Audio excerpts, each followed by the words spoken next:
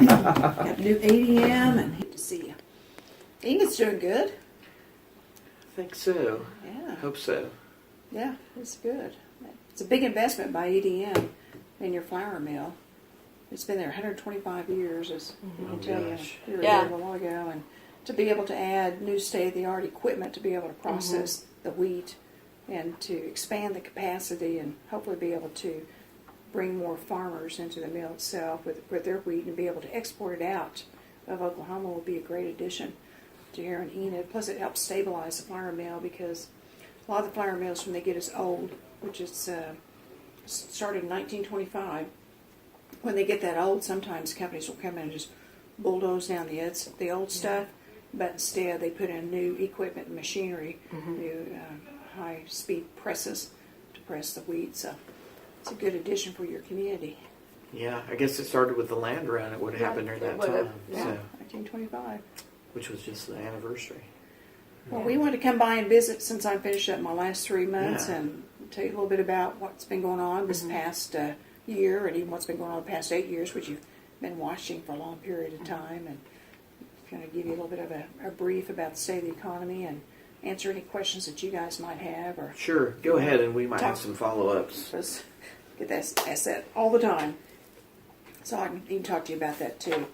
But just a little bit of history when I came into office. Good to see you again. It's good to see you too. Yeah. She had a lot to cover.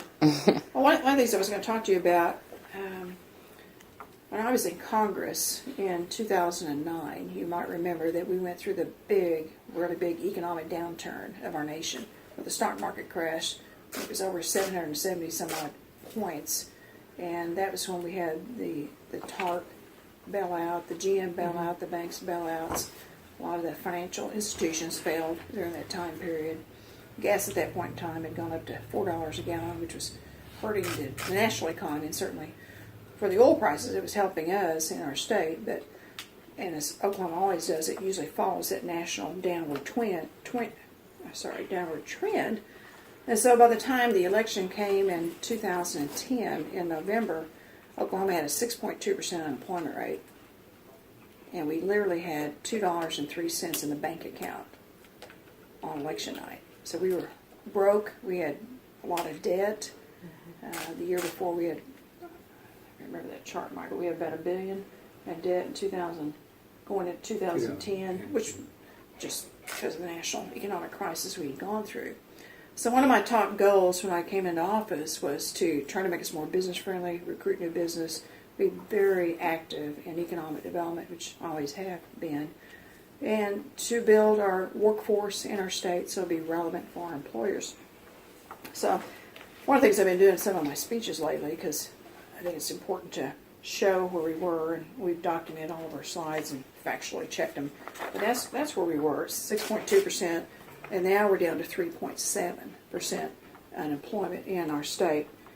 Another chart that I'll show you, I mentioned about the rainy day fund when we came in. Sorry, we get all these out of whack here. As I mentioned, we had $2.03, but we've improved our economy. That one's way down the back here. Hang on one second, I'm just going to show you something. Sorry, these are kind of out of order how I'm talking right now. It's way back there. Yeah, there it is. The rainy day fund, as I mentioned, had $2.03 in it. By the year 2014, we started out with some budget deficits over my first couple of years, but by 2014, the economy had improved. We got through the national downturn. Oil was actually up to 107 a barrel, which Enid always appreciates and enjoys that, so to say, about Oklahoma. But in 2014, it went down to $26 a barrel, from 107 down to 26. And that's when Oklahoma's economy started sliding, because energy is our number one industry in our state. As far as total economic output, it's about $64 billion, I think is the number of that. Aerospace is number 2, but you have both those types of industries. Agriculture is certainly very important to the state of Oklahoma also. So it was a very challenging time. But in 2014, we had the third fastest growing economy in the nation. Then 2014 hit, and then we went through those multiple years of budget shortfalls because of price of oil dropping. And not only does it affect the price of oil, but it affects every other industry for the most part in the state. Home buying, manufacturing growth, those types of things. So we went through a period of time over several years that were very, very challenging for our state's economy. I'll try to find this other graph here to show you real quickly. One that has our budget on, Mike. Sorry, these are in my speaking order, not in my talking order. So here is what our revenues did in our state. So we started out down here, our budget shortfalls.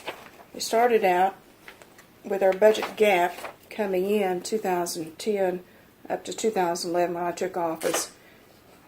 Leveled it out and climbed it out 2013, 2014. That's where the big drop and slide lasted. And I've been through a lot of oil busts in my lifetime, as I'm sure you guys have too, but 3 years is a long time to suffer through an economic downturn, and so it was a big challenge in the state. I didn't always have a lot of cooperation, frankly, from the legislature either, and trying to solve a lot of these issues, and they were tough, tough things to solve because we had to make some cutbacks in spending, so we just didn't have the money, and we had a lot of important needs with education, with our correction systems, with health, human services, those type of things, needs that we had to meet. So, as I mentioned, we worked really hard to make Oklahoma very business friendly. One of the things that we did was to address our workers' compensation costs, premium insurance costs for our businesses. That's probably the top two issues I'd hear from a business is the cost of workers' compensation insurance is very expensive in Oklahoma, always was, and the cost of frivolous lawsuits to Oklahoma businesses was always, we were always ranked very poorly in each of those various categories. So one of the things I started working on was addressing our business climate. I'm happy to say, and a lot of people just don't keep track of this stuff, but our workers' compensation premium insurance costs have dropped 64% in the last 8 years, which means hopefully that you certainly always want to take care of your injured worker, but if you have more profit as a company, as a newspaper, you're able to pay your employees more or possibly even hire more people when you're able to have a better bottom line on your businesses. I mentioned about the workers' compensation system, and then I mentioned also about the tort reform. We moved from 42nd in the nation down to 31st better in the nation when it came to lawsuit reform. And you might remember, I think it was back in 2012, the major lawsuit reform that we did was thrown out by the Supreme Court.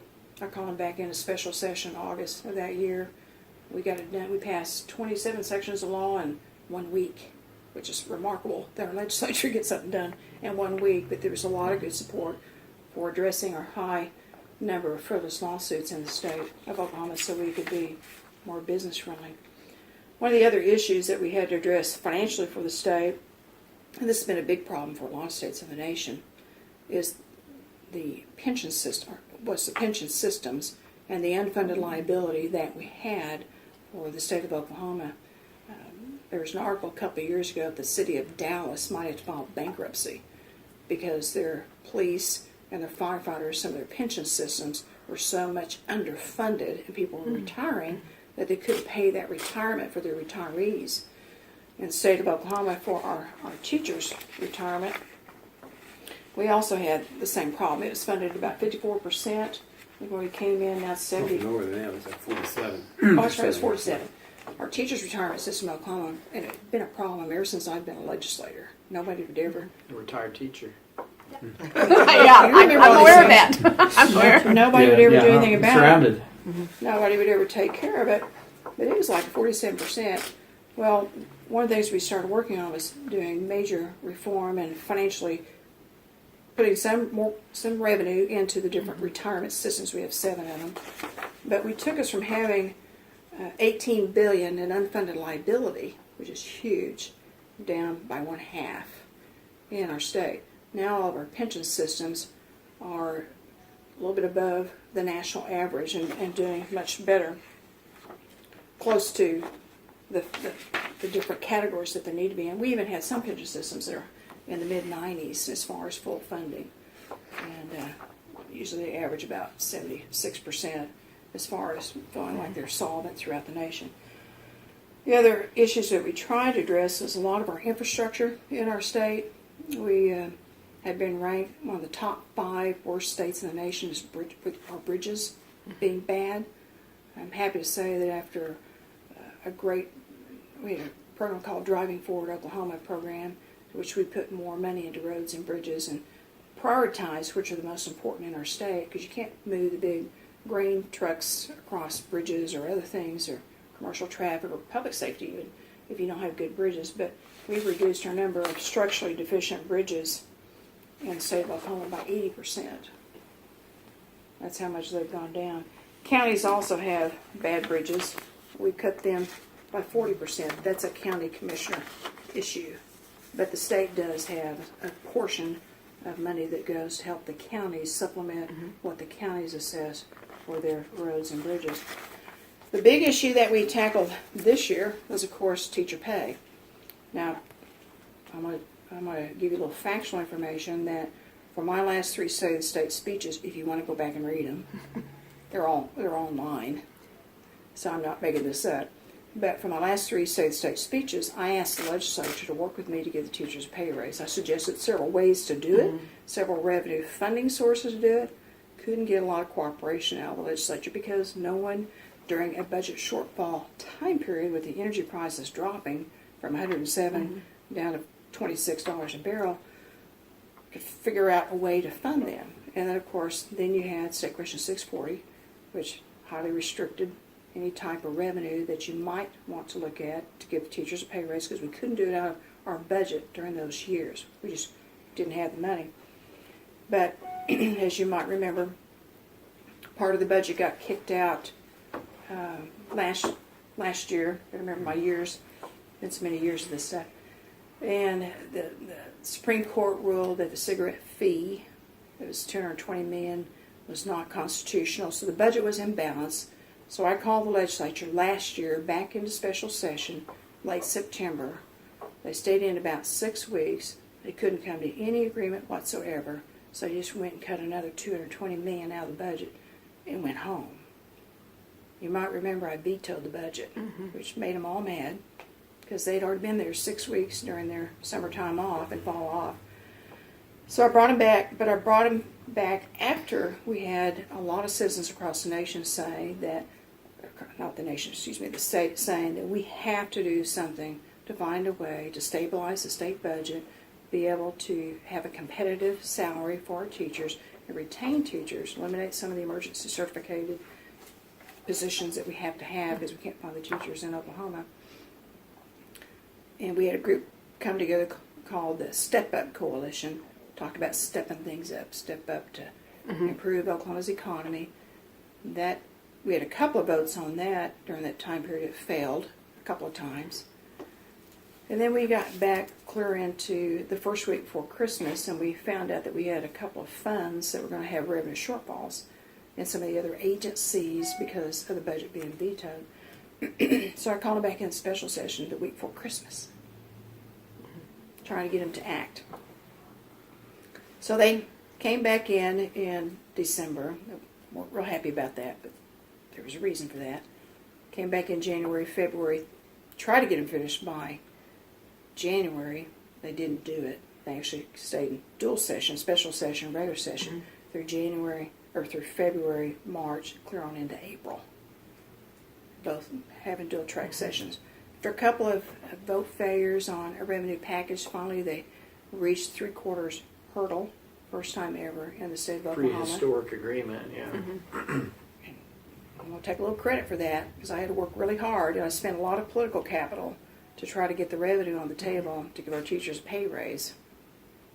Vetoing budgets, having all the vote failures that we had, lots of vote failures on different types of issues. But to pull Democrats and Republicans together in a bipartisan way to find a way to stabilize the state budget, put us in a better position, give the teachers a pay raise, and pay for things we need to pay for that are essential in our state.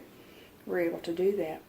So statistically, and this is NEA's report, not mine, it's, but this is where we are now. We were 49th in the nation, now we're 29th in the nation. If you adjust it for Oklahoma, our cost of living, Oklahoma is one of the lowest cost of livings in the nation, low cost of housing, and just low cost of living. It actually would move us to somewhere around 12th in the nation on pay. And if you take all the states surrounding us and you compare them all, we're second behind Texas. Now, is that everything teachers wanted? No. But huge step forward in getting this type of an increase in our education system. And of course, the other big debate that we've had for a long time, and once again one that I've been pushing towards, was how do we get more overall funding for education itself. I got another chart here, sorry, I'm talking a little bit out of these orders. Getting more funding in all, but in all, the base of education went from 2.4 billion to 2.9 billion. Oh, sorry, it's right there. 2.4 billion to 2.9 billion, 19% increase in funding. And then many people said, well, that's great, but you need more money for textbooks. The funding formula breakdown for the bill that we passed and signed showed over 353 million going towards teacher salaries, 52 million for support personnel. There's a big discussion this year about people that aren't in the classroom, giving them a pay raise. 52 million, 33 million for textbooks, 24 million extra for health insurance. Goes up every year for everybody. Mm-hmm. And then 17 million towards the funding formula for the state of Oklahoma. So we did take a big step forward to moving and to have a historic vote on a funding formula, which a lot of us spent a lot of political capital to get us to this point. But in the end, where we stand now is that we have the 3.7% unemployment and close to $500 million in savings. And financially, we're more stable. Teachers have a pay raise. We've fixed the bridges, fixing our pension systems, workers' comp, lawsuit reform. A lot of that's been done for the state. I'm not going to tell you a lot of other things that we've done.